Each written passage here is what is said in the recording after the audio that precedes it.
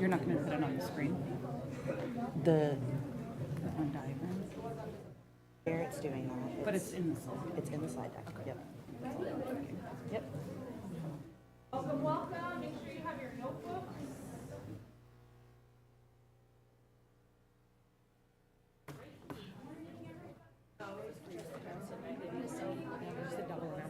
Yep, I've been doing it. Yep. Just make sure you have your notebook as you're coming in this morning. Thanks. Okay. How can I support you in this first beginning and the first plenary?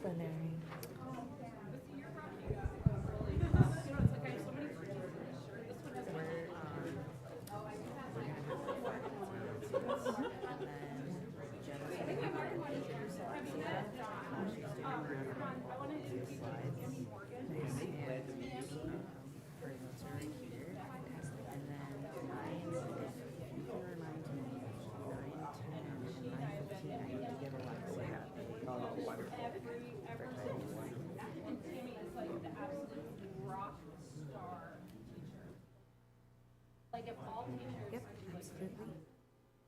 You guys are going to do the youth penalty chairs.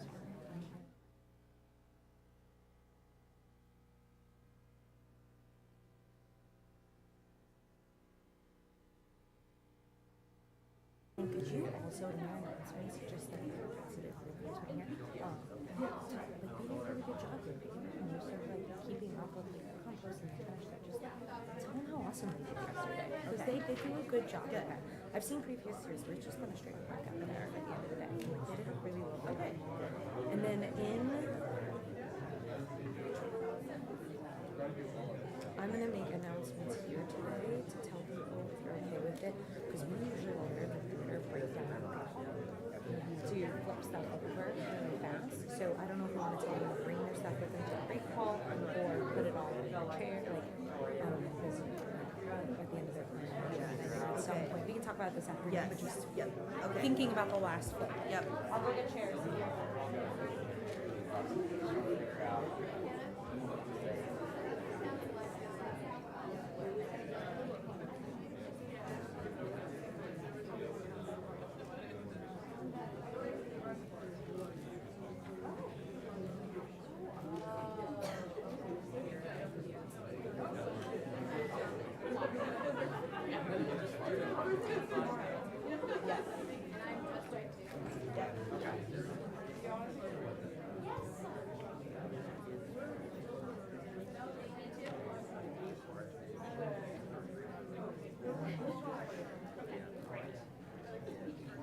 I'm here.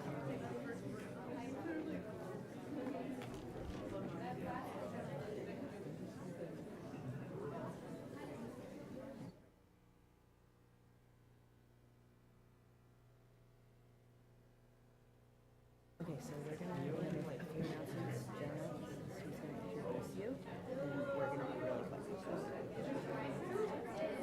And your notes are right here. Yeah. And your source notes. Yes, this is the slide thing, and I'll share it. All right, welcome back. Day 2, everybody. Thanks for coming again, bearing the icy, snowy weather that we had this morning. I just want to uplift this group for doing such a great job with waste management yesterday. The Great Hall looks amazing. You guys are doing great with composting, recycling, trash. So thank you for modeling that behavior at the summit and walking the walk with us. We really appreciate you. Okay, I'm going to pass it off to Jen to recognize our partners and sponsors again. How's everybody doing? Okay, let's try that one more time. How's everybody doing? Nice. Well, I also, to echo what Hannah said, just want to acknowledge like how amazing you guys all were yesterday. And I've heard great things about the workshops, about how all of you were participating and bringing your full selves to the conference, to the Youth Climate Summit, and I'm just so thrilled about this. I want to again just acknowledge the hard work of the teachers and educators and mentors in the room. Let's give them a round of applause. We would not be here without them. And also just again, let's do a huge shout out to our sponsors that help make this event and our entire youth climate program possible. We're so grateful for your support. Yes. And also another shout out, I know it's lots of shout outs, but to all of our partners, the Finger Lakes Institute at Hobart and William Smith Colleges, NOAA's Office of Education and the Climate Program Office, the Adirondack Watershed Institute at Paul Smith College, NYSERDA, New York State Climate Smart Communities, Climate Generation, and North Country School. So let's give them a round of applause too. All right, I'm handing it off to Alicia. Thank you, everybody. You got this. Good morning.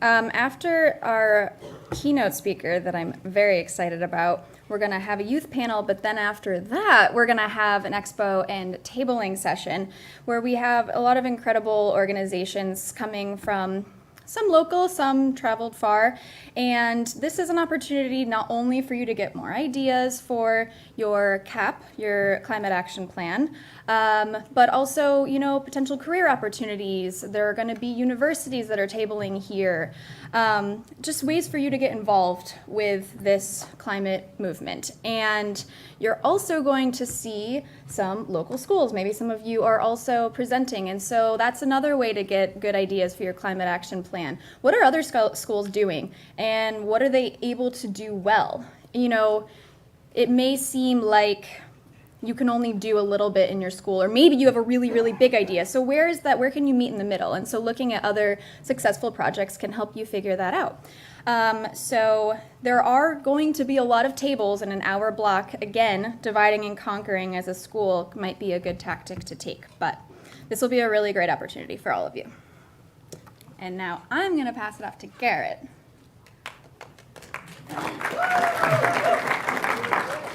Hey everyone, so we'll just do one more reminder about all the awesome third space activities we have today. They kind of got shuffled around, so a lot of them are near where the leaf painting was, but yeah, please just go and participate, take some time. It'll be fun, relaxing, and you've been learning a lot, doing a lot, so it's really important just to make time and space for yourself to relax and do something you enjoy and make this just the most enjoyable process that it can be. Now I want to move on to our new Climate Teens program. So this is really exciting. It's our newest attempt at formalizing a lot of the work we do. It's going to be a year-round fellowship program for all the local people from the area. So it will require about monthly. You'll have to come to the Wild Center. So if that's something you can't do, you won't be able to apply for this program. But you can apply at this link here. Reach out for more information. We'll be going on field trips, doing networking events. We'll be going to conferences and putting on a couple events at the Wild Center using a lot of our resources. It's designed by youth, it's for youth, and I think it's just going to be a really great opportunity for all of you to find some more room to engage and develop your leadership skills and step into a role that you might not have been in before.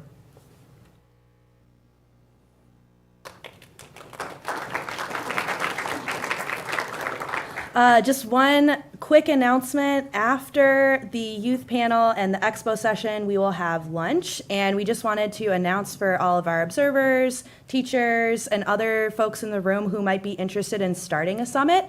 If that is something that you are excited about, that's why you're here. We encourage you to come to the main conference room during lunch, and we will be having a little discussion and conversation about how you can get started planning your own summit. And just a final reminder that we would love for you to post your experience at the summit on social media. So you can find us at these links on social media. And our hashtag for the event is hashtag AYCS 2023. So as you're posting those things, I don't know if you noticed, there is a social media wall over by Planet Adirondack. So you can go and check out all of the posts that are being made live with the hashtag. So please use our hashtag today as you're in your sessions. All right, and I'm going to invite Jenna up here to introduce our keynote speaker. Hey, y'all. My name's Jenna Odlin. I use she, her pronouns, and I'm one of the Summiteers, and I am here to introduce Alexia Leclercq, who's ready to build a new world of liberation, joy, and healing. Everybody. So, Alexia has done tons of environmental justice campaigns, from fighting for clean water to passing climate legislation, and so much more. So let's give her a warm welcome.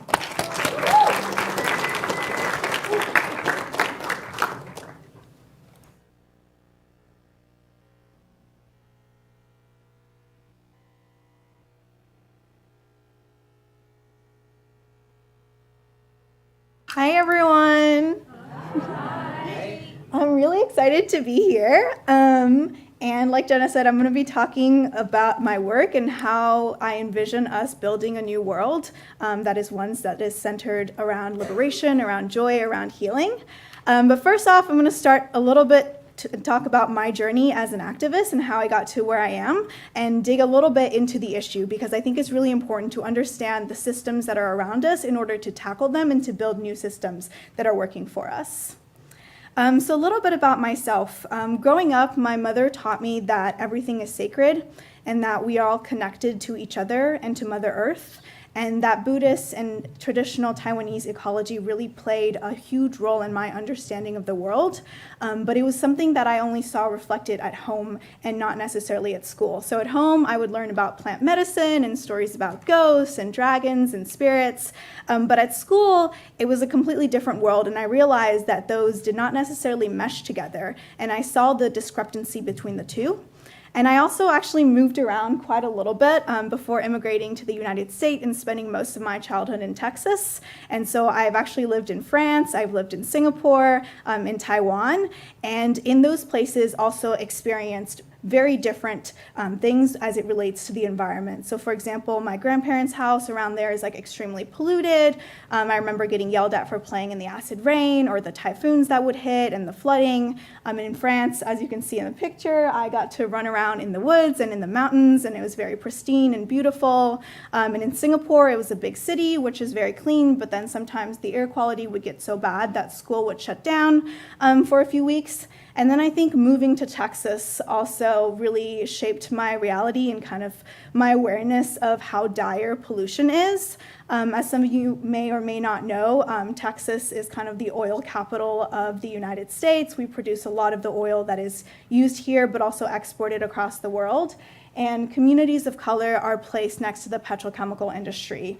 And people are literally, dying of cancers and respiratory disease, and all these neighbors are suffering from very dire health issues. And so I think seeing that really made me realize that, based on your class, based on your race, based on where you're from and where you live, people have a very different experience in terms of access to, clean air, clean water, and to resources. And so noticing that inequality from a very young age made me want to take action.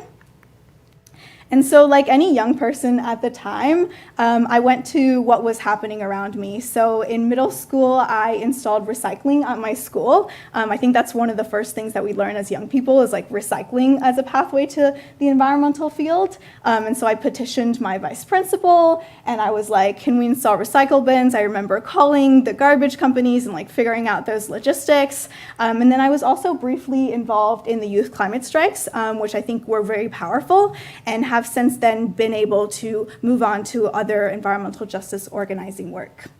And I think one thing that I really want to talk about is my analysis of the world around us. I think it's really important for us to connect our lived experiences to an understanding of social and political conditions. And for me, a lot of that happened when I was around 17 and 18. I actually ended up moving to New York City when I was 17 to attend college.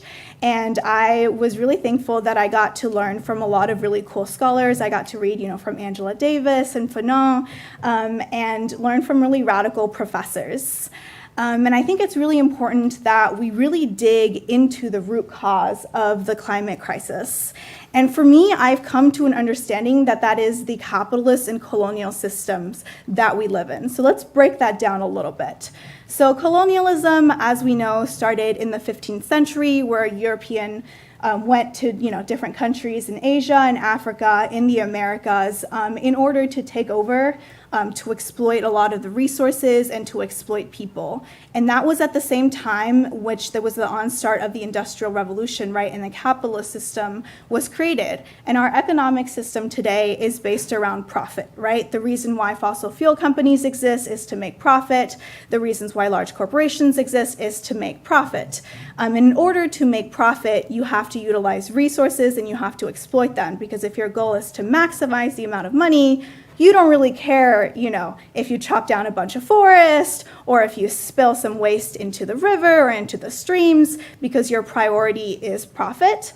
And I think it's really important to understand that that is what has led us to the climate crisis, and that 70% of the fossil fuel CO2 emissions that we have are actually caused by just 100 corporations. They are directly responsible. And I also on the slide have written some key things. So the first one is Indigenous science and knowledge. We know that Indigenous people preserve 80% of the world's biodiversity, and a lot of these traditional knowledges through colonization was disregarded and was not seen as valid, was not seen as important. And I think we're now, as the world, starting to realize that we need to go back to those traditions to understand how do we really live sustainably and in community with Mother Earth, and how do we really take care of her. And so I think that is really critical in addressing the climate crisis.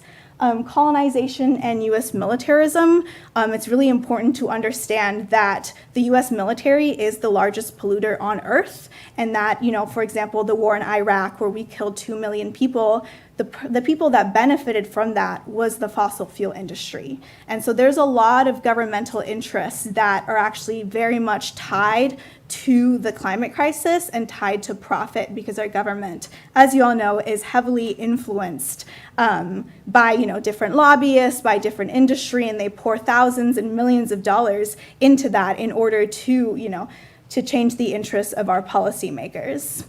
And then the last thing I have on this slide is actually a book called How Europe Underdeveloped Africa.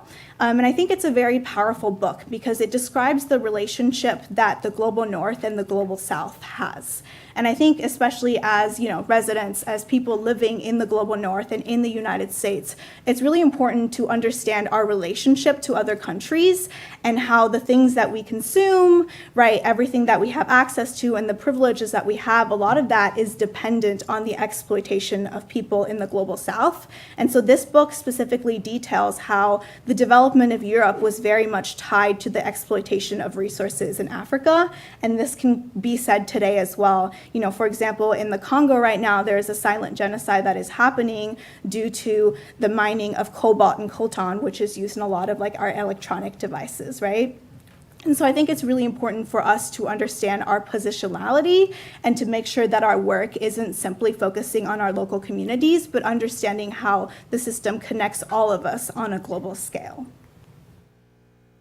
And I would also be remiss to not mention the struggle for Palestinian liberation, because it is fundamentally a land struggle and a struggle for environmental justice. So in the same way in which Indigenous people in Taiwan, where my family's from, or in the United States have been displaced, Palestinian people have been displaced 75 years ago and have continuously been killed. Their water has been stolen, their resources and their land, right, their olive trees, etc.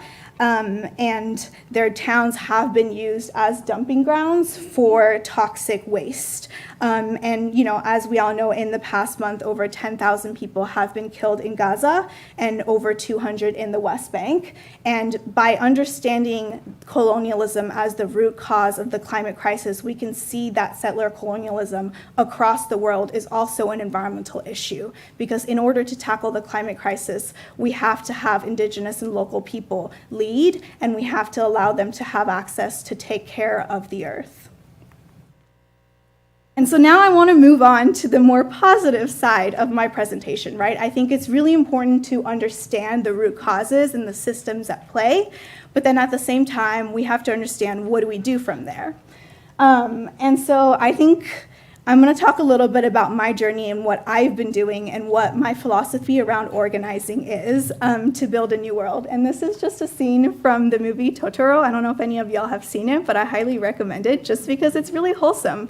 And we all need wholesome vibes. And I think this image, when I think of joy and liberation, really brings that for me. And I think it's really important to use our imagination to really think, what does justice mean to us? And what does it look like to us? What does it smell like? What does it feel like? And I think it's an important exercise because we're struggling so much and we're constantly seeing all these inequalities and these issues around us that it can often limit our imagination. And we forget that these systems aren't that old and that we can reinvent them. We can create something completely different. We have to have the imagination to be able to do so. I'm going to dial a little bit back to talk about Texas because that's where a lot of my work started. And I'm still living there, so that's where a lot of my work is located at. So here's Texas. I think all of you know where it is. And this is some pictures. This is Hartman Park in Manchester. And as you can see, it's right across from Valero's petrochemical refining facility. And, you know, a lot of kids play in the park, and they actually think that the factory is like a cloud maker because a lot of smoke comes out of it. And don't necessarily realize the harms of it until later on. And the park is also pretty contaminated. There's like different stretches of it that community members try to prevent kids from going on that land. And then this other picture was one that I took just back in June. I think at night you can really see the lights and kind of, there's like just miles and miles of petrochemical industry. And so I started getting involved in environmental justice organizing when I was 18 through a local organization called Poder. And Poder was started in the 90s to kind of address environmental racism.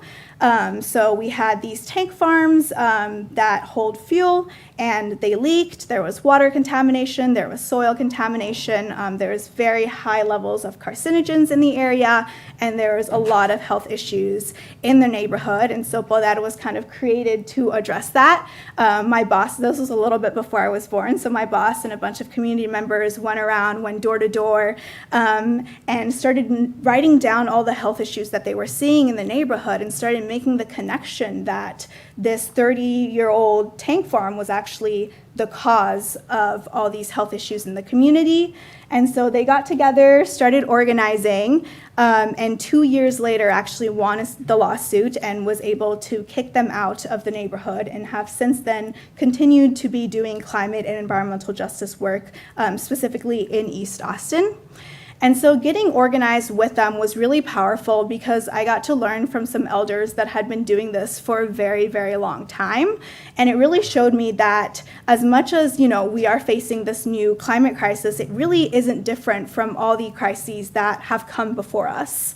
And that there's so many people that have been fighting this fight for so long and that have so much knowledge to share. And so I really believe that intergenerational organizing is really important. And sometimes it is hard. There are generational differences, but I think we need to come together to have the most powerful movement. And so at Poder, I've done a very wide variety of work. We kind of take on whatever happens in the community. I've been fighting for clean water and against water privatization for a little bit.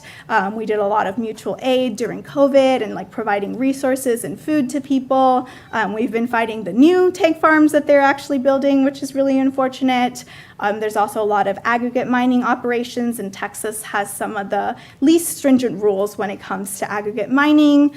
And we've also been doing some lobbying in DC for like federal level environmental justice policy. one I want to talk about a little bit is this idea of organizing and like how do you create change, right? Activism can look like a very wide range of things, but what I particularly focus on is organizing.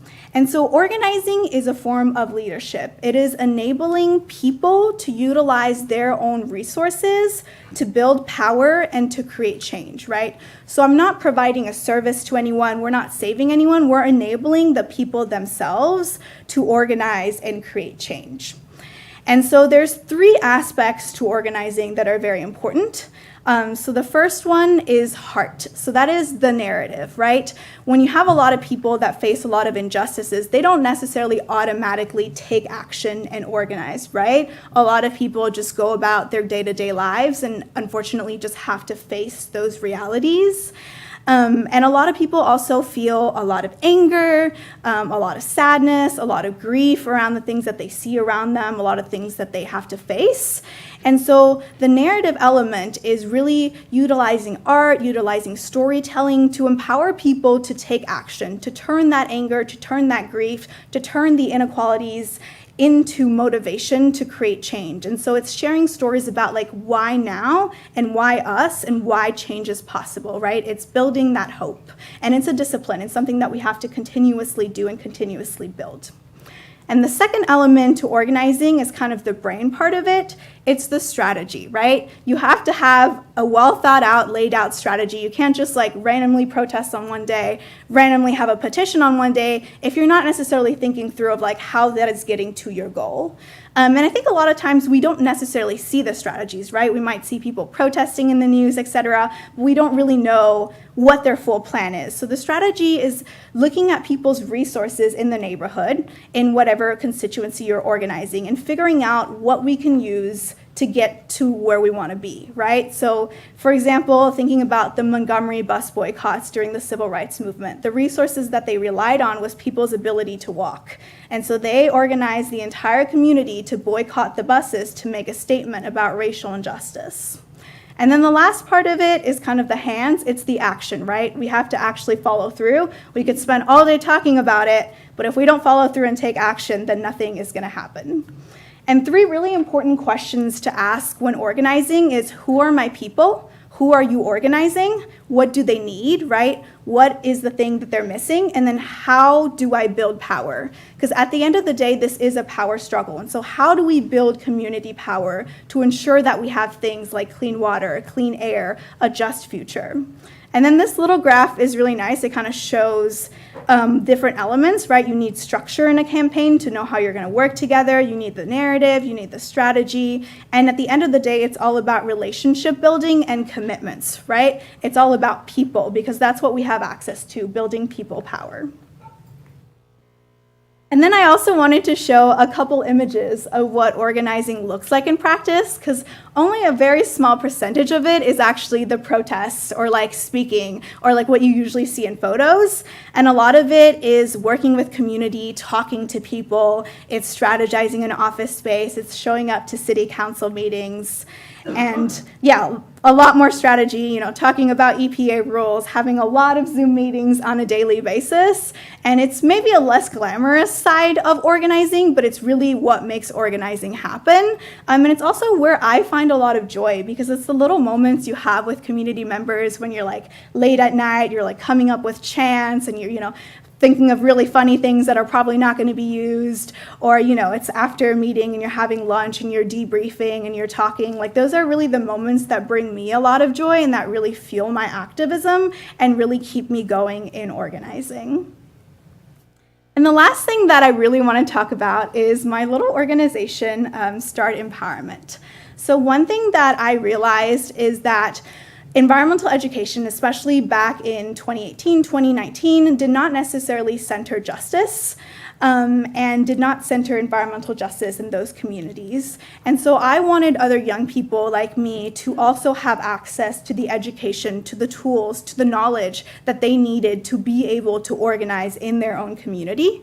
And so I created Start Empowerment alongside my co-founder Kier in 2019. We wrote up an environmental justice curriculum. We were able to implement it at a local high school, and from there it grew.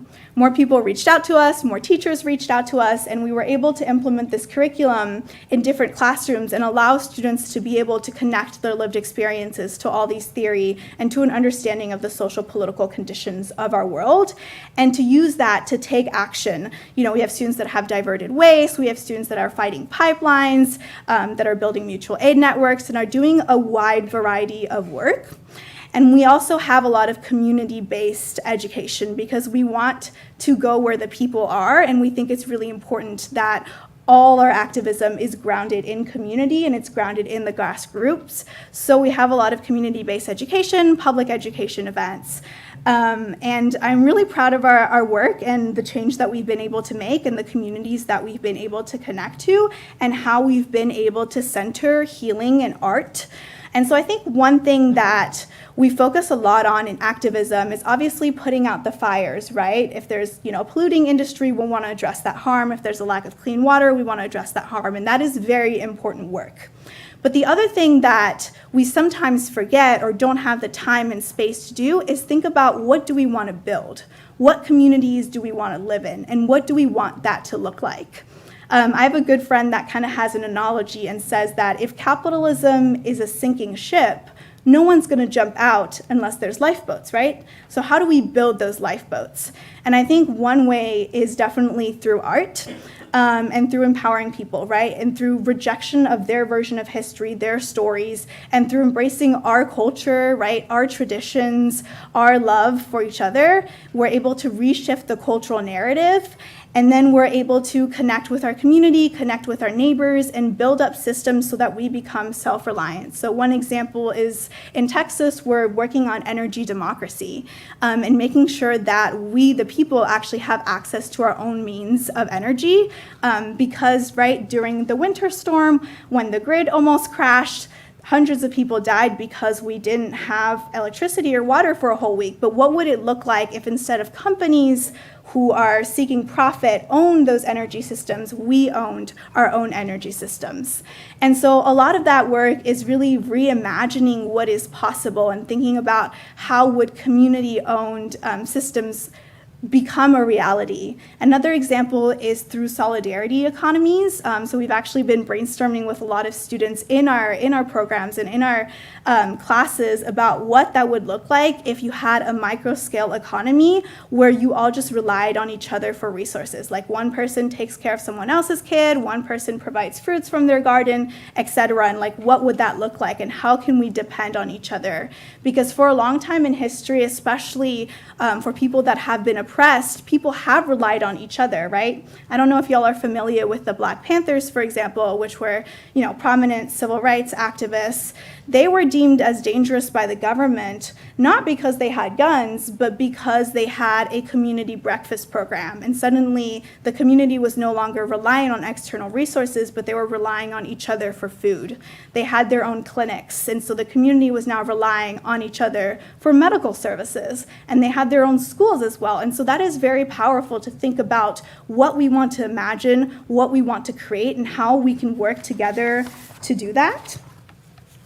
And the last thing I really want to leave y'all with is actually one of my favorite quotes from Aruthi Roy, who is a really cool scholar.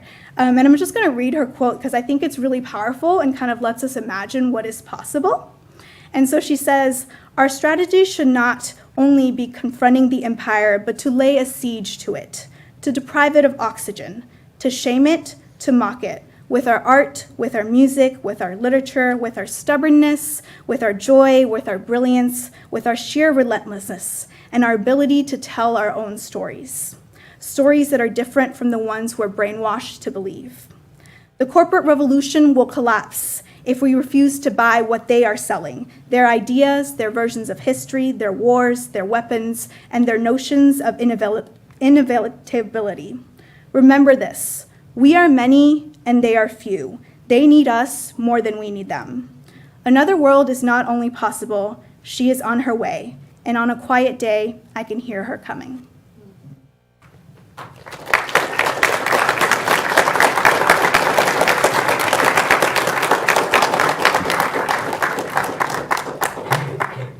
Okay, so that was my little presentation, and now we're going to open it up for 10 minutes for Q&A. So would love to hear any questions or thoughts that y'all have.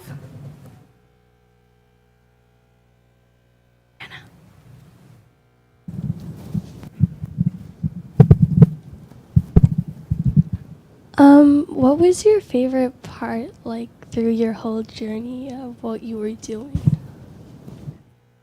I don't know if I have just one specific favorite part, but I think, yeah, definitely building community, spending time with friends. I think a lot of people, because you work so much with them, you really become friends. And I think we've had some very like innovative and creative strategies we've used. One example that comes to mind is actually at COP, which is like this UN climate conference that happens every year.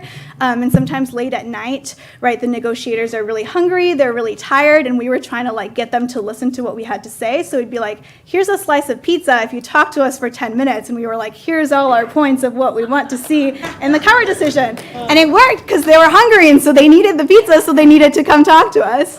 And so I think little like funny moments here and there probably give me a lot of joy. One over here. Did you find any mentors when you were like protesting?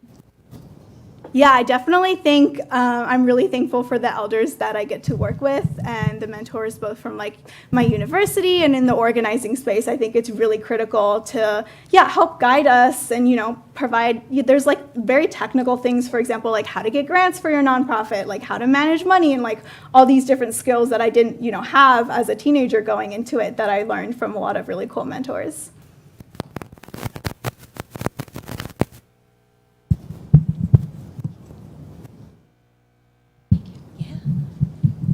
Okay, okay, this is weird.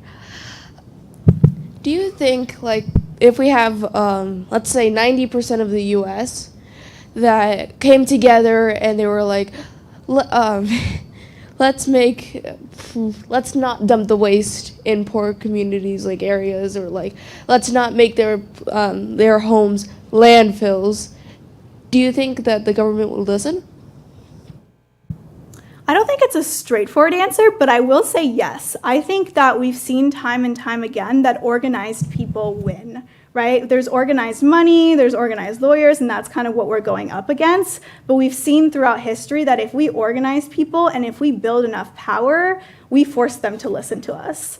I want to share one example really quickly. I'll try not to ramble, but back in the fall of 2022, there was a bill called the Dirty Side Deal, that was kind of the name we gave it, that was set to pass. And it was kind of a deal that was done that if the IRA passes, the Dirty Side Deal will also pass. And it would fast track fossil fuel interest and the Mountain Valley Pipeline. And so we were told at the beginning of September that was passing, no questions asked, like everyone was on board, including all the Democrats, all the Republicans, and we didn't take no for an answer. So we organized over 600 environmental justice groups. We had lobbying calls, we had media, we had petitions, we used social media, right? Like we had letters that we got, you know, Congress people to sign on and pass around, and we actually ended up defeating that bill 3 times. And so I do think people have power, but organizing is not easy, but once we do it and we continue to do so, we definitely can win.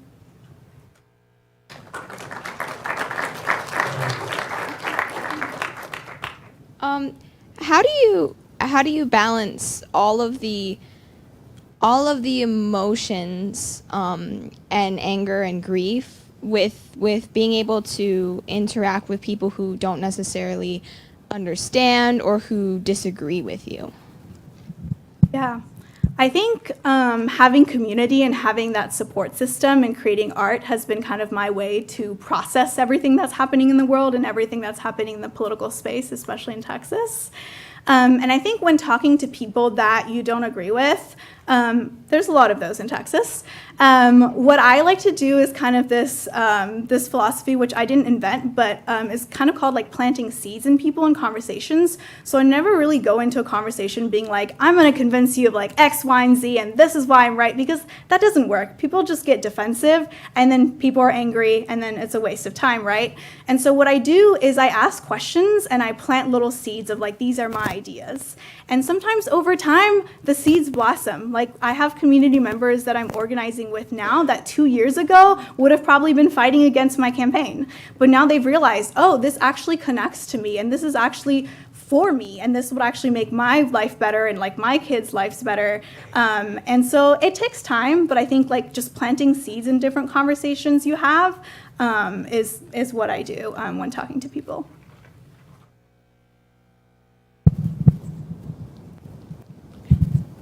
What was your favorite part about traveling?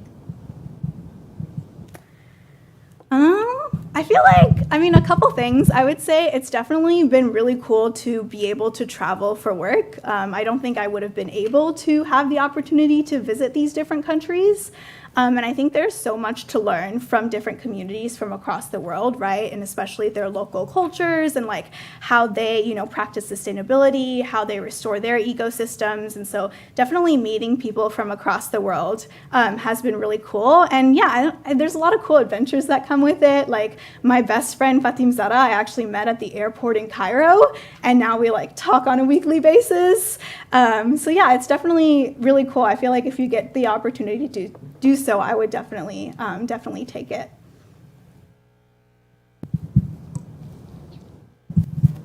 How are you getting impoverished neighborhoods involved in climate change action?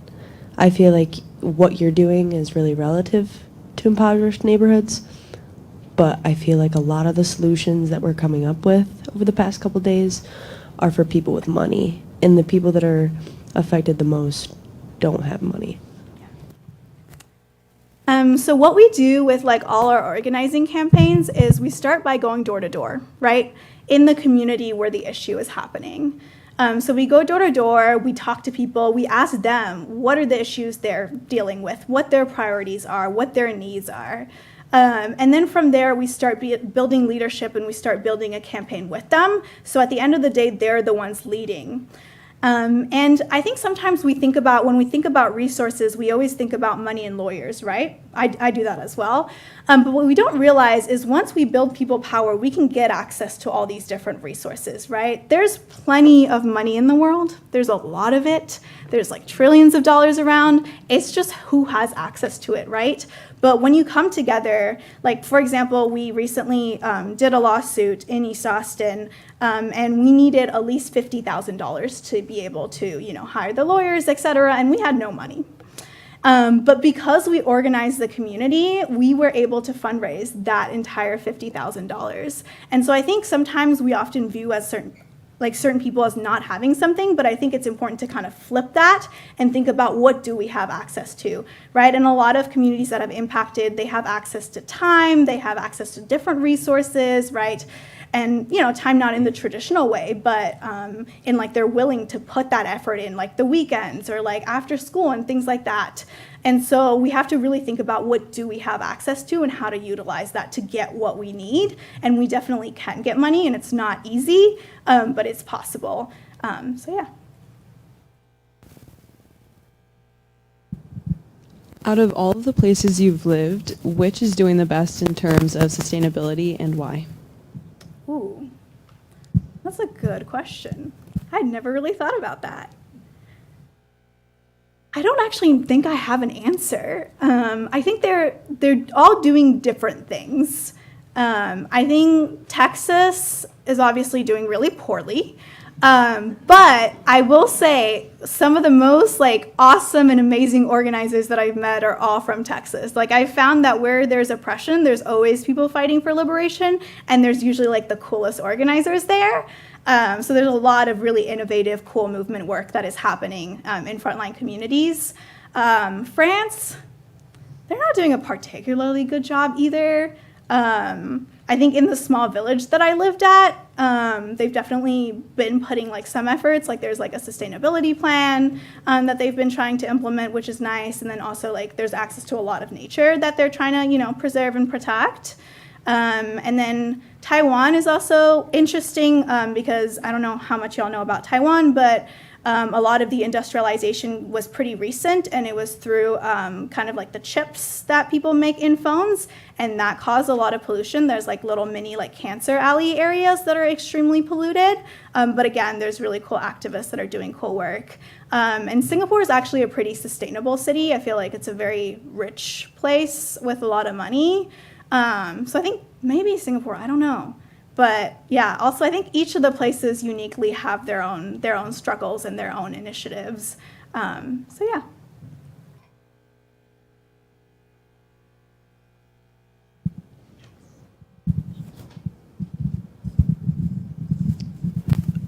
What advice do you have for students who are looking to get involved at a bigger scale, as opposed to just at their own schools or even just in their own locality? Yeah. I think it's always great to start at the local level, but I think it's also really powerful to get connected with like the national and like an international movement as well. I think join existing organizations is probably the easiest way, right? Once you join an organization, the climate world is actually not that big, and the environmental justice world is pretty small as well. So once you kind of like join an org, you get to know people, then you feel like you start to know everyone, and then you just like keep running into people, you know? And then you can kind of figure out like what role do you want to play in the movement, and where is the best place or the best organizations to do your work for, and what your unique contribution is. But I would just say, yeah, reach out to people, join organizations. If you're interested in working with Start Empowerment, let me know. Would be happy to have y'all. But yeah, there's so many different ways to plug in. Awesome. We have time for one more. So I was also wondering, what do you think were like the worst pollution problems and climate change factors that you saw in each of the places that you've lived? I mean, it's sometimes a little hard to measure like which is the worst. I would say Texas, definitely the petrochemical industry, and right, that leads to a lot of side effects like contaminated soil, contaminated water, air quality problems. I would say in Taiwan, it's also this kind of the same thing, but with the chip industry, there's really high cancer rates because of the massive contamination, and there's a lot of air pollutions, especially in the city. France, I would say, is probably the cleanest place I've lived at. I wouldn't say like that village had particularly a lot of issues. The only thing is like in the mountains, like the air gets trapped, the polluted air like from the area, and so it'll kind of create less good air quality in that area. And then Singapore, definitely air pollution, especially blowing over. Singapore is really small, and so kind of all the air pollution around it will impact it a lot. And so whenever there's like a lot of air pollution in Malaysia, it'll kind of like blow over, and the city will have to shut down because of how bad it is.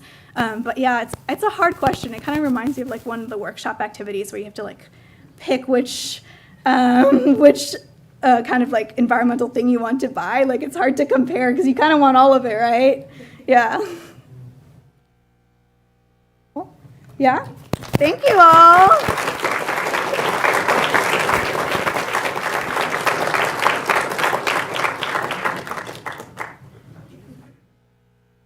Thank you so much. That was really a really wonderful conversation.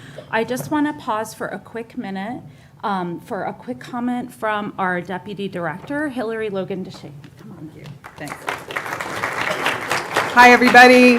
Welcome again to the Wild Center, and thank you for that presentation. I just want to say that right now is a very challenging time in the world. And at the Wild Center, we really feel it's our mission to convene around issues that are important to the world. That doesn't mean we're all going to have the same opinion. The slide on Palestine is a very powerful slide. What's happening in Israel and the Gaza Strip is horrible. Thousands of Israelis have died. Thousands of Palestinians have died. We can go back and have a whole history lesson and have a whole summit and still not get to the bottom of that. But this summit is non-political. This summit is about the environment. This summit is about how we can move forward together, and we really need to take a deep breath and center around that. This is hard. There's no way not to offend somebody by what I'm saying now, but that's the world we live in, and it's up to all of us to navigate it. So I know this is hard. What's happening in Israel is horrid. Terrorism happened to start, and then you can go back in history and look at what perpetrated that to begin with. But that's for another summit. Today we need to focus on solutions to climate. So give yourself some space to breathe, to process, digest. The Wild Center is not about politics. The Wild Center is about solutions. So thank you for a couple moments to intercede in your discussion and dialogue, but it's important for everyone to understand this is a safe space for conversation and for solutions. Thank you.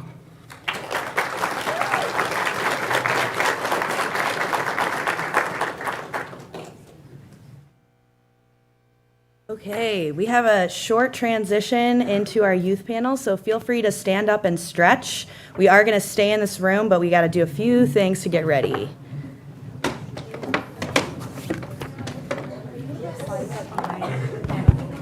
Are you guys gonna have slides up behind? So I'm gonna cluster them over here in the light for video. Great. Can we mute this mic?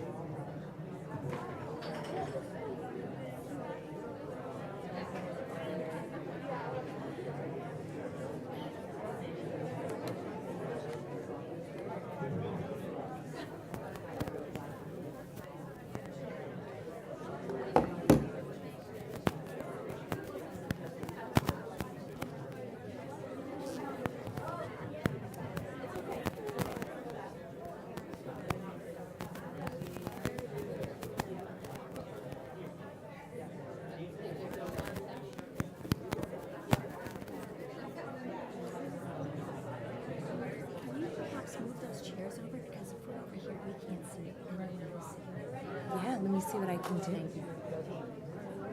Is this gonna be over here in the stream? Well, this is nobody knows. Yeah. So I don't know what you want me to do, but we can't have that general. I can't have them in the middle because the lights are going to cut off the back. So I can put them on the far right, but we're going to want to put medium light up on them so that they can somewhat be seen, or all lights. I think the medium. I think all lights on. Because is it just this as the background? Is there any other slides that you're going through? No, I don't oh, think there's perfect. any Here, let me just do slides. this. It's that, and then we could shut the curtains. Do all of it. Yeah, great. It's okay. It's fine. No, you don't need I love it.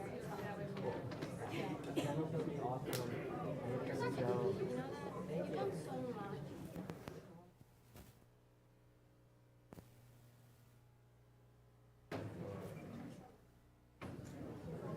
Go stand over there where there's people. Yeah, that would make the most sense.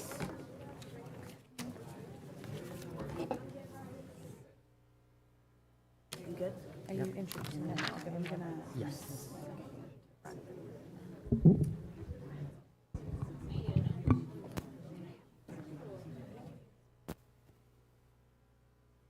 All right. I hope that everyone got a good stretch in and is ready for this next segment. It's going to be really awesome. So, welcome to Finding and Claiming Youth Space in the Climate Movement. Now, this panel really came about because of a request from a lot of our student summiteers to have more youth-led spaces at the Adirondack Youth Climate Summit. To have spaces where young people are centered and adults take a step back. And so for this segment, we're going to ask that the adults observe and provide space for the young people to be in dialogue with the other young people that are serving on this panel, to ask questions and to really just engage one-on-one. Here at the Youth Climate Program, we've learned through firsthand experience just how much power young people have and just how important that it is for them to have space, and just how important it is to make space for young people to make decisions and discuss their future. So right now, I'd like to welcome our student panelists to the stage. We have Bella Wissler, Brian Brady, Anjalee Ravindi, and Izzy Kanefsy.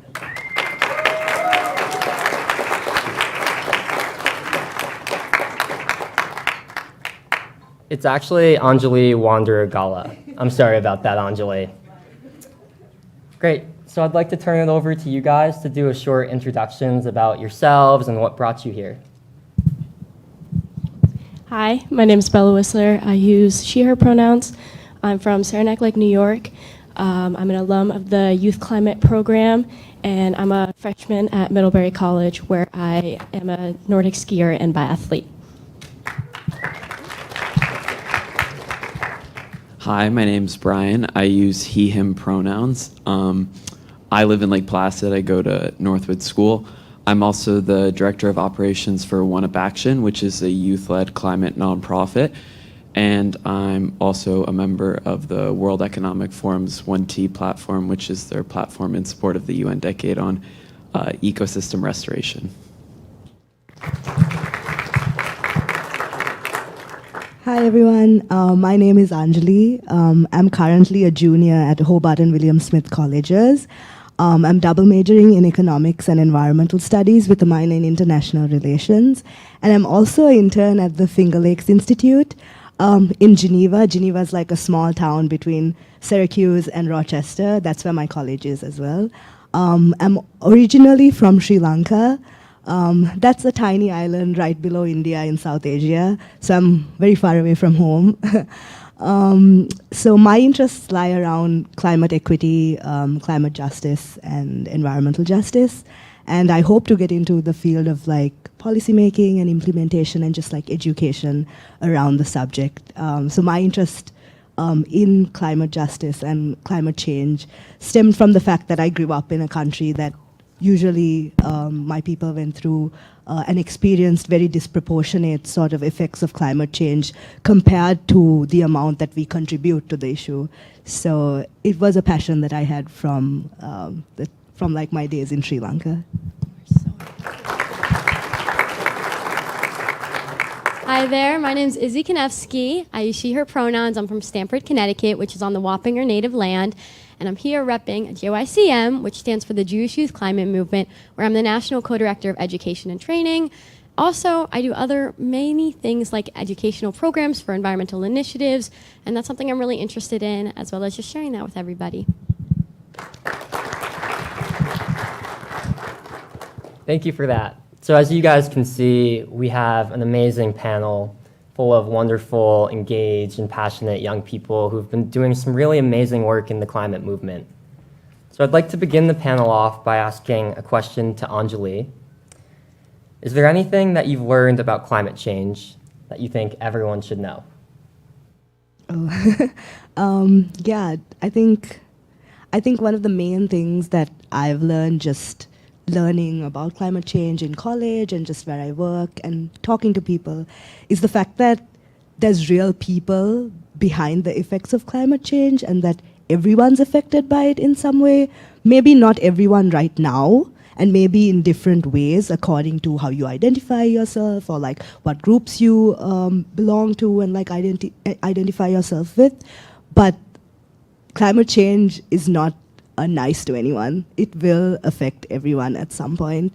And I think that's why we need to understand that it's a collective responsibility with dealing with climate change and the solutions.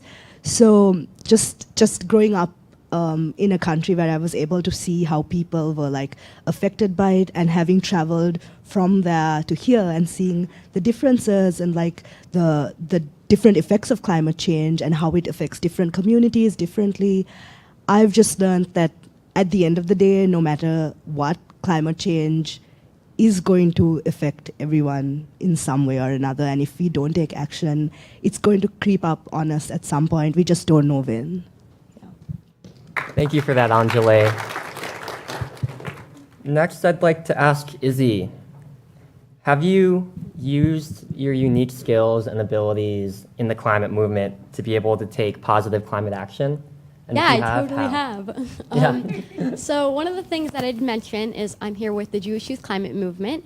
And one of the things that's really interesting is how we can also all bring our unique identities, religions, and just personalities into the movement.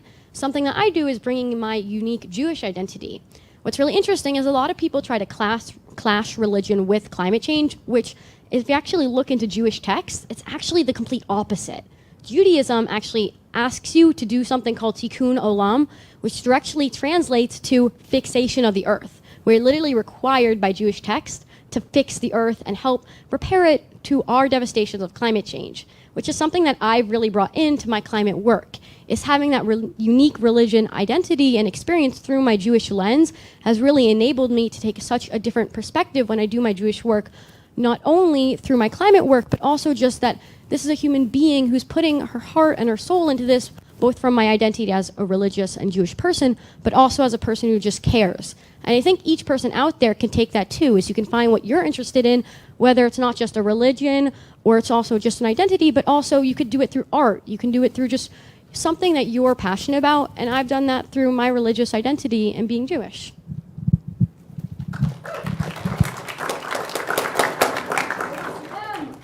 Thank you for sharing. That was really lovely about how you found your unique place in the climate movement through your unique identity.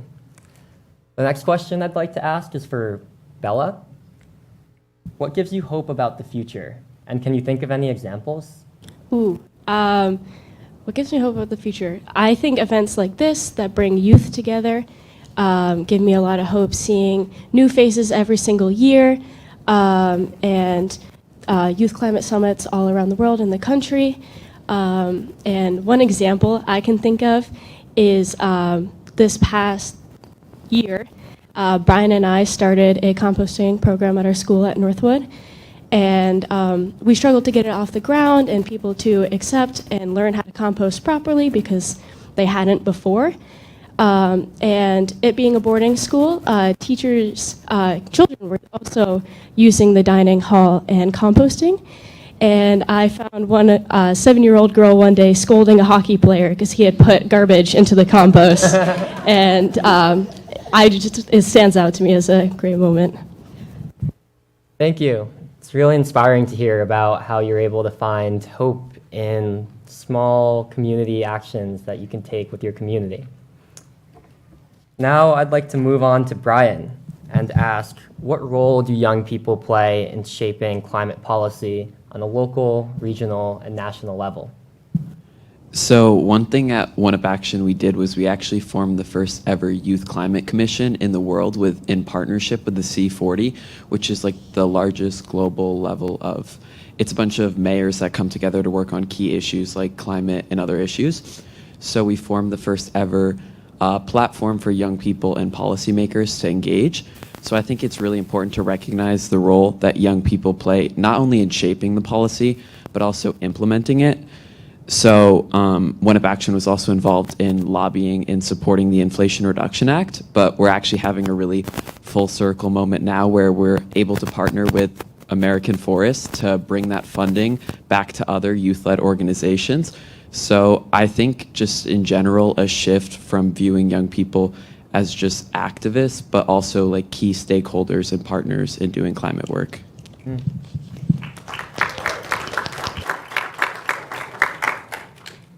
I find it very incredible how you were able to work from such a rural, sort of remote area on such a national and international level.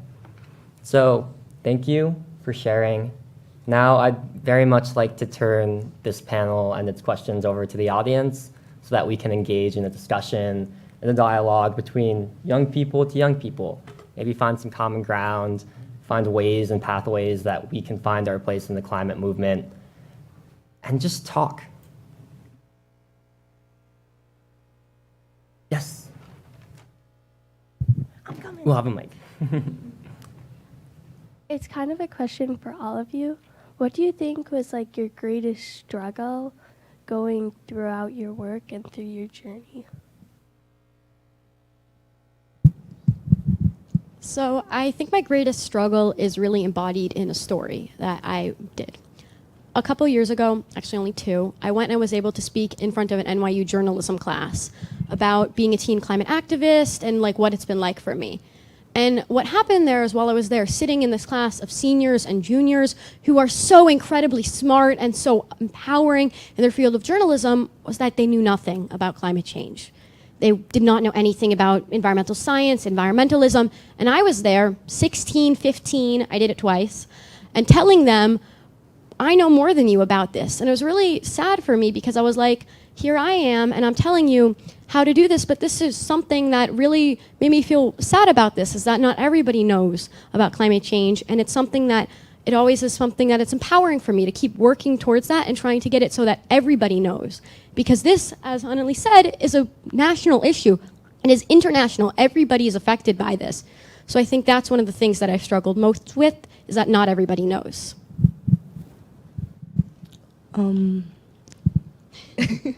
I think for me, the biggest struggle I had with just like dealing with climate change and working with like the environmental issues is having a balance between like what I can do and what I want to do. Because as I think everyone, you're all in this room because you care about the environment, and I bet all of you have like different interests in relation to the environment and saving our planet. And for me as well, I have so many interests around what I want to do and where I want to be and, you know, the things I want to get involved in. But I have to like sort of stop myself and remind myself that, look, there's like all these big issues happening, but I'm just like one person and there's as much I can do without burning out and feeling anxious and like turning into a stress ball at some point with everything that we do. Like we have college or like school, plus balancing out, you know, all our interests. And I think something that I've struggled with is finding that sort of balance and telling myself that, yes, you're doing enough, like you're doing what you can do. And I think that's very important for all of us, just to understand that like what you're doing is important in whatever scale you're doing it, whether it's in your school, in your town, or nationally, or like internationally, whatever you're doing is like still contributing to it, and you're doing as much as you can, and you're doing a good job at it. Yeah. I think for me, it was like figuring out what I really wanted to do within the climate movement. And I would say the only way you can do that is really just do a bunch of stuff. So there's so many amazing organizations out there that are always looking for youth activists or other young people to engage with in their work. So I think just the more work you do, you end up like finding what you really like and what you really want to do. But the only way to do that is through doing the work. So I think that like I wouldn't obviously be where I am today without like starting at like a really small level with Bella in like our school, and then also going on a more like international global level. And I think every step in between is needed. And I would just say that like the more you do, you will find out what you like best and what your place is within the movement. Mine's very similar to Anjalee, being a full-time athlete, and also going to school. I never feel like I'm doing enough in the climate movement and what I'm passionate about, but finding that balance between all the things that you do and following your passions in the climate movement, but also outside of the climate movement and spending time with friends and family. And also, like Garrett had mentioned, we live in a pretty remote area. And so finding events like the Youth Climate Summit that bring all these communities together give me a lot of hope. Yeah. Amazing. Thank you for sharing. Do we have any other questions from the audience? Yes, in the back left, in the black, the blue hoodie strings. Yeah, you. Have you ever felt that your background has like negative, well, not negatively. Have you ever felt like because of your background, your ideas or opinions have been disregarded by other people you have to work with?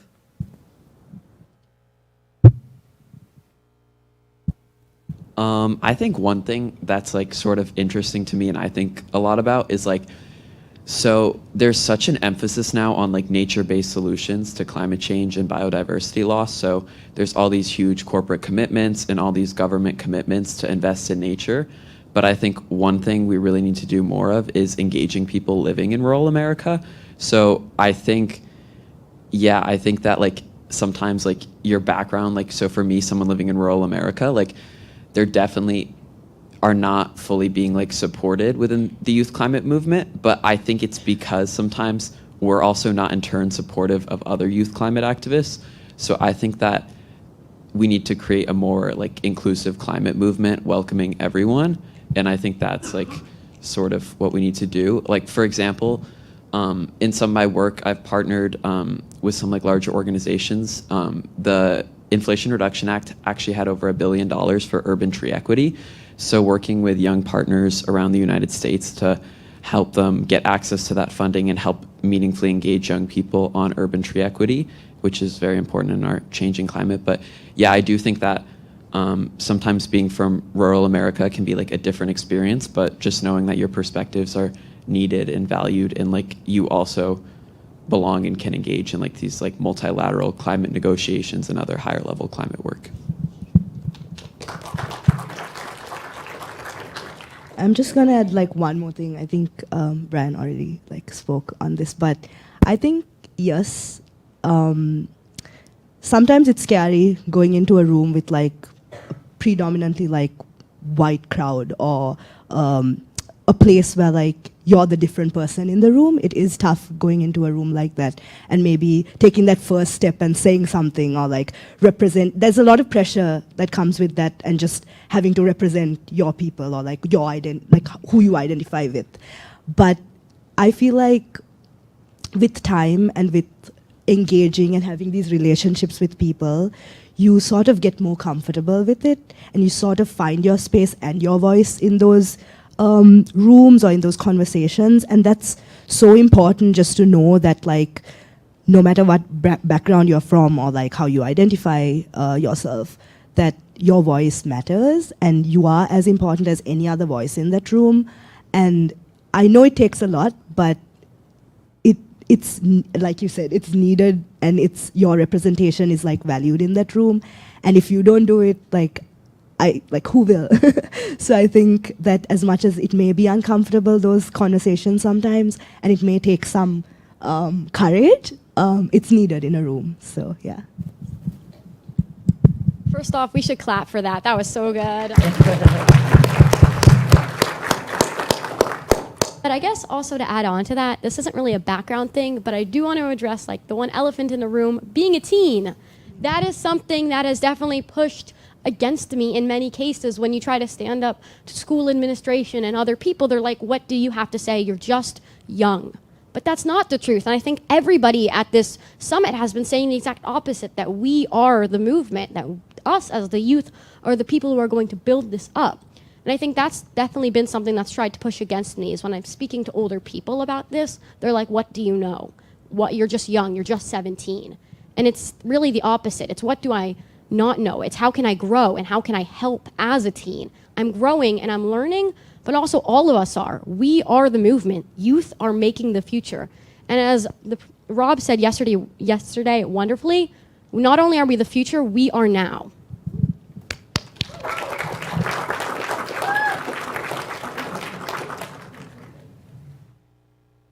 Great. Are there any other questions in the audience? We have about 8 more minutes, so let's try and get as many as possible. Yeah, right there in the green scarf. Sorry, Leanne. That's okay. I've been sitting a lot today. This is good. So this question is, I'm trying to think how to word it. You all have parents, like me, obviously, and it's not that like my parents aren't supportive, but how do you deal with when something is the issue that maybe matters the most to you? How do you deal with when your family members, like, maybe they don't actively disagree with you, but it's just not the issue that matters most to them? Okay, I think I resonated a lot with what Alexia said in her keynote speech about how sometimes when you're speaking to people, it's not about like trying to convince them and be like, no, you're wrong, because it's just going to be like a clash of opinions there, and it's going to be a heated up discussion, and everyone's going to end up like angry with each other, and that's how it is, especially at home, right? When you're trying to have a conversation. And we need to like understand that when we are having conversations, especially with like elder people from like other generations, that the trauma they've gone through, the experiences they've gone through are very different to what we're going through right now. And it can be difficult for them to sort of like understand what we're going through. And you having that conversation with them would actually help them, but it's about planting that seed. I'm using the exact language that she used in her keynote speech, because I totally resonated with it. Because in my family as well, like, you'd think coming from a country where we are experiencing the effects of climate change, that people would be more interested and like worried about climate change, but that's not the case. Most people are very like blind to the effects of it, believe it or not. So just having that conversation and being like, oh, do you understand that this is because of the effects of climate change? Even if they're like, no, it can be like a tough conversation to have, but it's about planting that initial thought. And with time, you can like increase how much you talk about it or like how much you bring it up. And it's about like just strategically sort of dealing with that conversation, whether it's the climate or any other conversation that it is. Just to feel like you're listening and also giving your opinion, because that's how I think a conversation can even like make someone think out of their comfort zone. Yeah. Great, thank you so much, Anjalee. Let's try and get 2 or 3 more questions in. I saw a low hand. Yeah, you. Mm-hmm. The blonde. Mm-hmm. Have you found anything that like affect you individually while working in activism?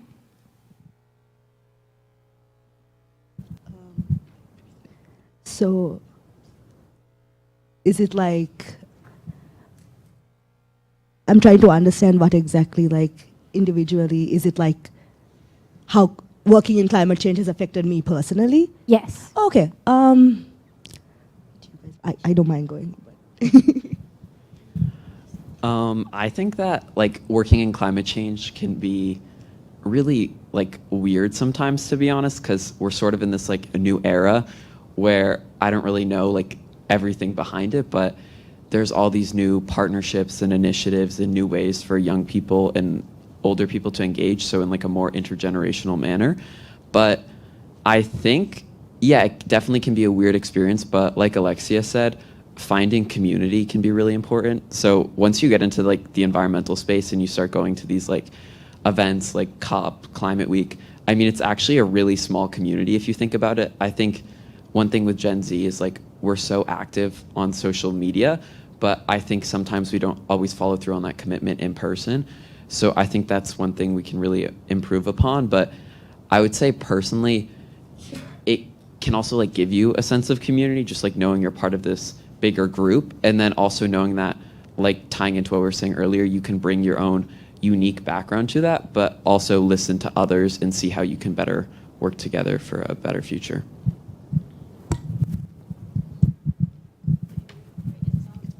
Okay, definitely I felt very negative sometimes, especially working in climate and looking at all of these things can be very negative. And I definitely feel like I've had so much climate anxiety because there's just so much climate doomism out there. There was actually a recent study shown that 77% of teens, it was done in California, so obviously it's not for everybody and not national, but the percentage wise, and I can give you the information after, is that 77% of teens aged 13 through 17 experience some sort of climate anxiety. So that's a lot of us, that's a lot of teens. And I can tell you that personally, I'm part of that 77%. I felt so negative sometimes. It just gets to me. But I can tell you that it's also working through that. Just like everybody here has said, it's finding those movements and those spaces where you can talk. Because not only are those movements rallying, they're also providing you a space to talk and go through your feelings. And I can tell you definitely at JYCM, there's a whole team of people helping me talk about this. And I can tell you the best part about really sometimes being in the climate movement is having people to talk about this. So getting through those negative feelings to find the positive ones, to be hopeful about the things that she was talking about earlier, because that's really what I think is so fundamental and paramount to our unique experiences working on this. That's amazing. Thank you. So we have time for one more question, and then we'll have to move into the next part of our programming. Yep, who the green shirt was pointing to in the black. Mm-hmm. It's getting more and more obscure. Did you find yourself running into any personal strengths or weaknesses while finding your space in the climate movement? Yeah, of course. I feel like working with the climate movement and just like caring for it, I feel like personally for me, I found that my strength and weakness lies in the same thing. Because for me, I feel like when it comes to the environmental movement, just like everything that's happening with climate change, I just very personally, like emotionally, I feel it a lot. And I know that most of us do, but it's just sometimes it's like such a heavy subject to speak about because you're talking about like actual people going through situations.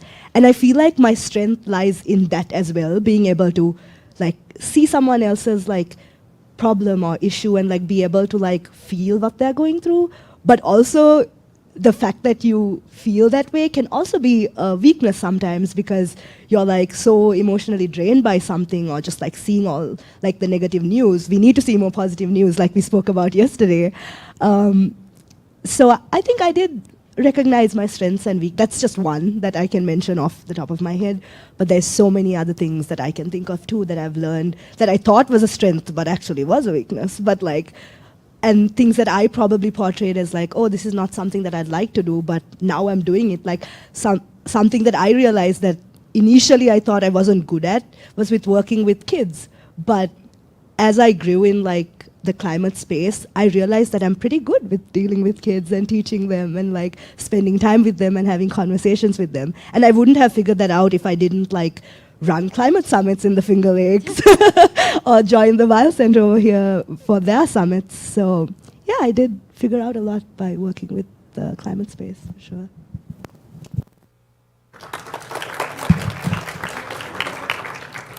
That was so amazing. Thank you to all of our wonderful panelists for agreeing to come up on stage.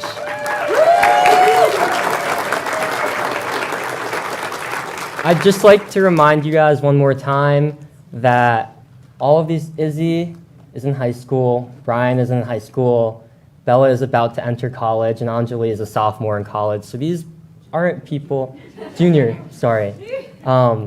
And these aren't people who are so far away from you or on TV or, you know, they've been finding ways to make meaningful work and find meaning in their lives and contribute positively to the climate movement in so many different ways, using all of their different and unique abilities and skills. So I hope you take away that no matter who you are in this movement, you have a place, there are things you can offer, and that we really need you. Thank you.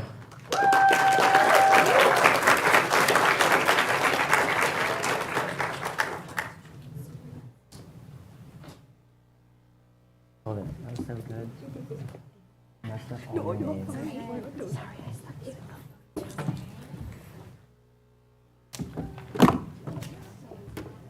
So now we're going to transition into a breakout session. So we're going to be separating the students and adults, speaking of finding and claiming youth spaces.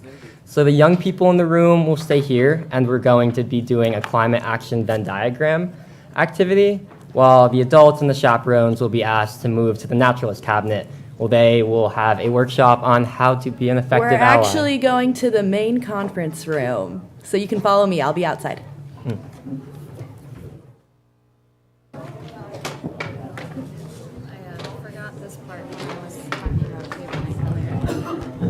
Oh. Wow. Right. Yeah. I stuttered in the beginning. It was really rattled.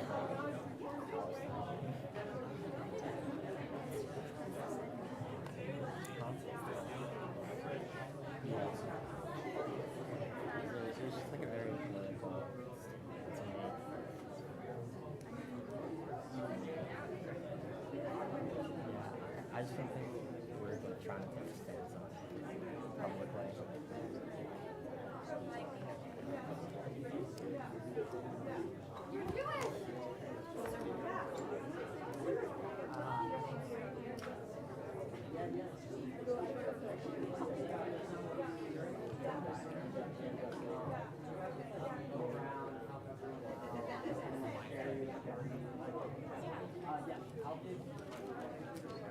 Can you go with